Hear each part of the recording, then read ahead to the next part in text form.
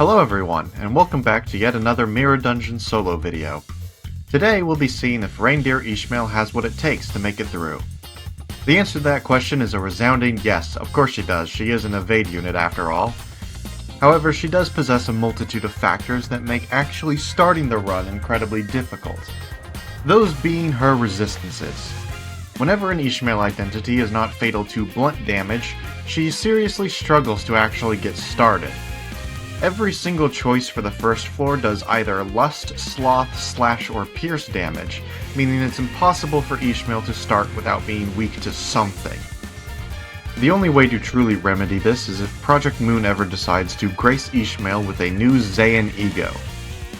Unfortunately, we're not from the future, so that's not an option, and instead we have to deal with her poor resistances. The best first floor for Ishmael is actually N-Corp, but they come with a whole multitude of different problems that are even more annoying than the other floors.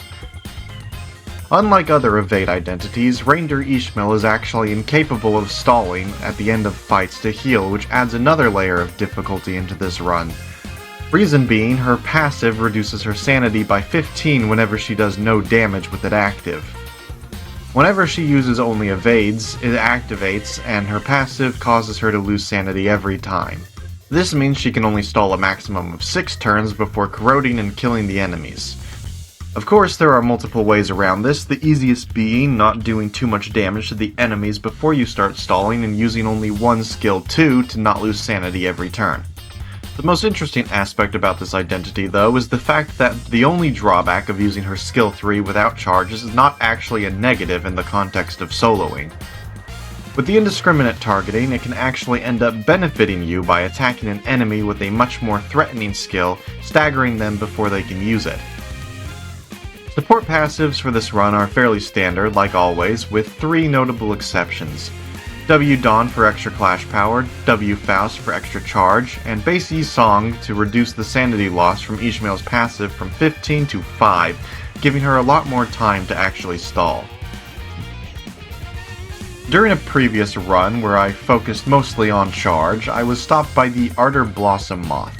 I ended up removing all of my skill 2s and replacing them with skill 3s, and it resulted in not having enough damage into the moth at all. So this time around I wanted to focus more on the sinking aspect of her kit in order to get revenge against the moth. The starting gifts we picked up don't matter as we end up fusing them into the gift Distant Star at the end of the first floor. Because of our focus on sinking, we intended to pick up one of the best sinking gifts in the form of the Hoarfrost Footprint, and chose the Unloving as our first floor. Despite the fact that the enemies here are incredibly weak, we still struggled to get to the boss, as we are weak to sloth damage. Once we did manage to make it to the boss, it's incredibly easy. The enemies here barely do damage we're weak to, and being weak to blunt damage themselves results in us easily wiping the floor with them.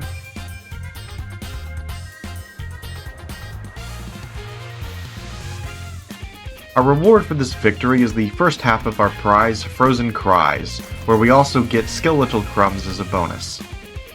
The second necessary floor we enter is the Automated Factory, where we pick up Midwinter Nightmare and Oracle at the shop.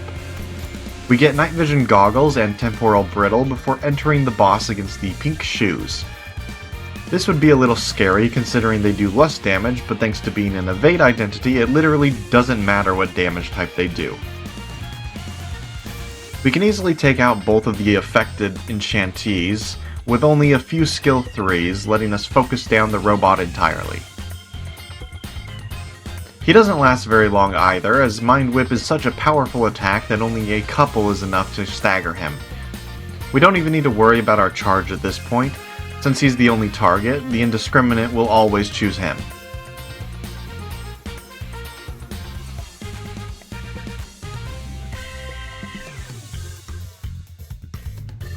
Our reward for this is Thorny Path, and unfortunately we get unlucky.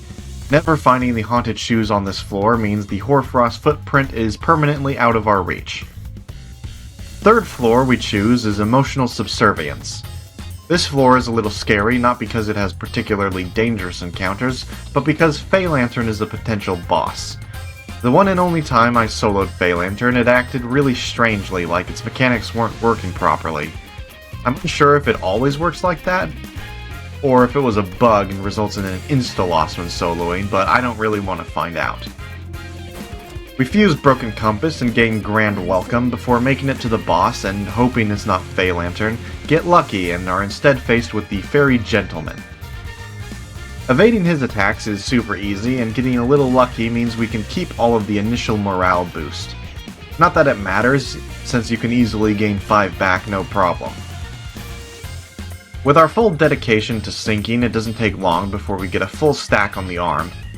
It, combined with our ridiculous damage output, results in us defeating him before we can even make any use of his gimmick.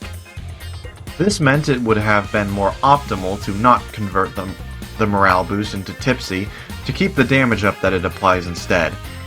Of course, when doing solo runs, it's always better to err on the side of caution, just in case we didn't have enough damage.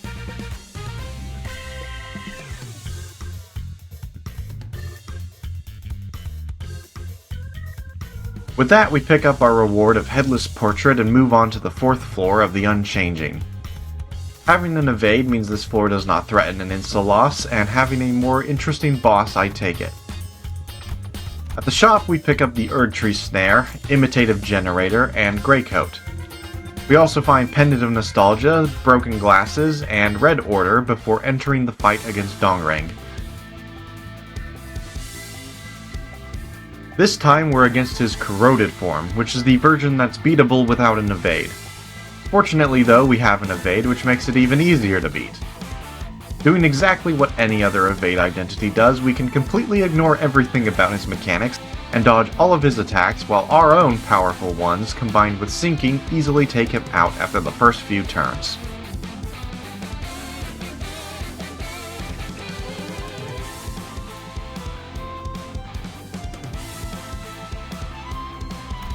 We pick the Material Interference Force Field and get the cigarette holder as a bonus. The final floor, we unfortunately don't get our revenge against the Ardor Blossom Moth, so instead we pick the next best thing and enter the Evil Defining.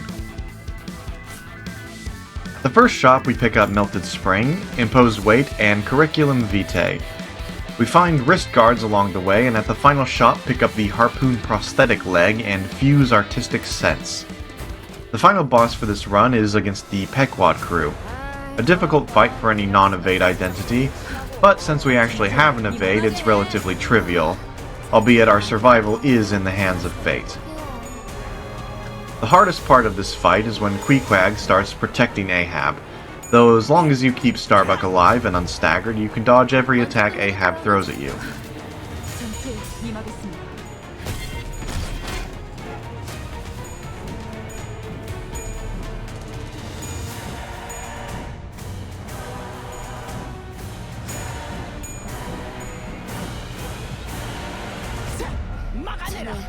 Thanks to our ridiculous damage output, we can easily stagger Queequeg when she does this.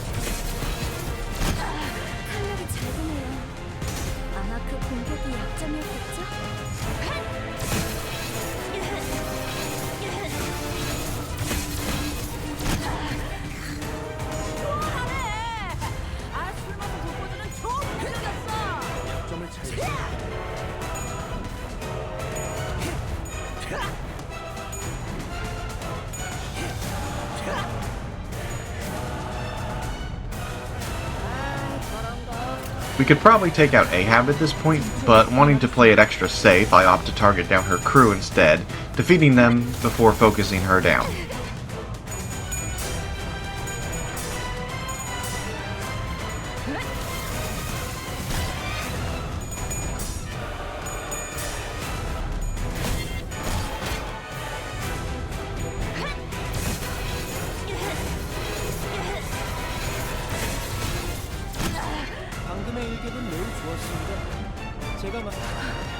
전투에 임하겠습니다.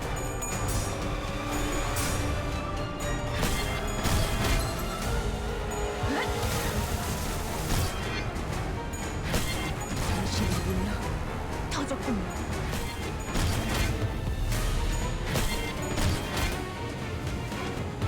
저기 곧 강력한 전투에 임하겠습니다.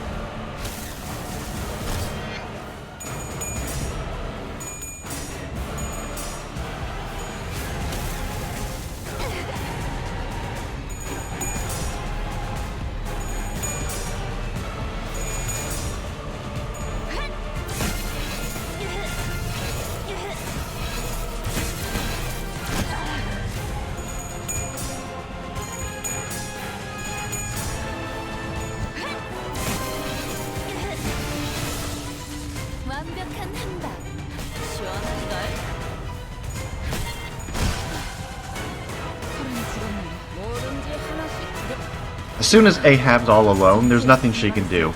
Her rolls are simply far too high, sinking drops her sanity instantly, and she's absolutely no match to the absurd power of Mind Whip.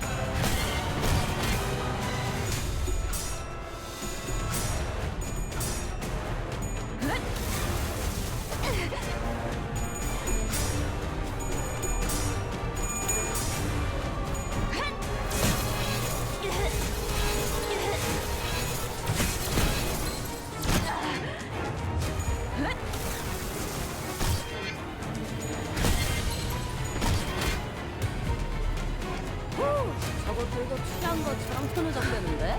전투에 임하겠습니다. 뭘 잡으시는 게 좋겠어요. 소란이 줄었네요. 전류가 너무 강하게 방출되었어요. 괴롭지만 다행이에요. And that's how I soloed Mirror Dungeon 4 hard with only Reindeer Ishmael. She is simultaneously a really good and bad solo unit.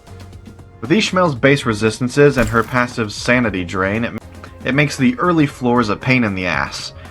But if you manage to get past them and get one ego resource generating gift, she becomes an absolute powerhouse. Virtually nothing can stop her unless you make really stupid decisions like converting all of your skill 2s into skill 3s.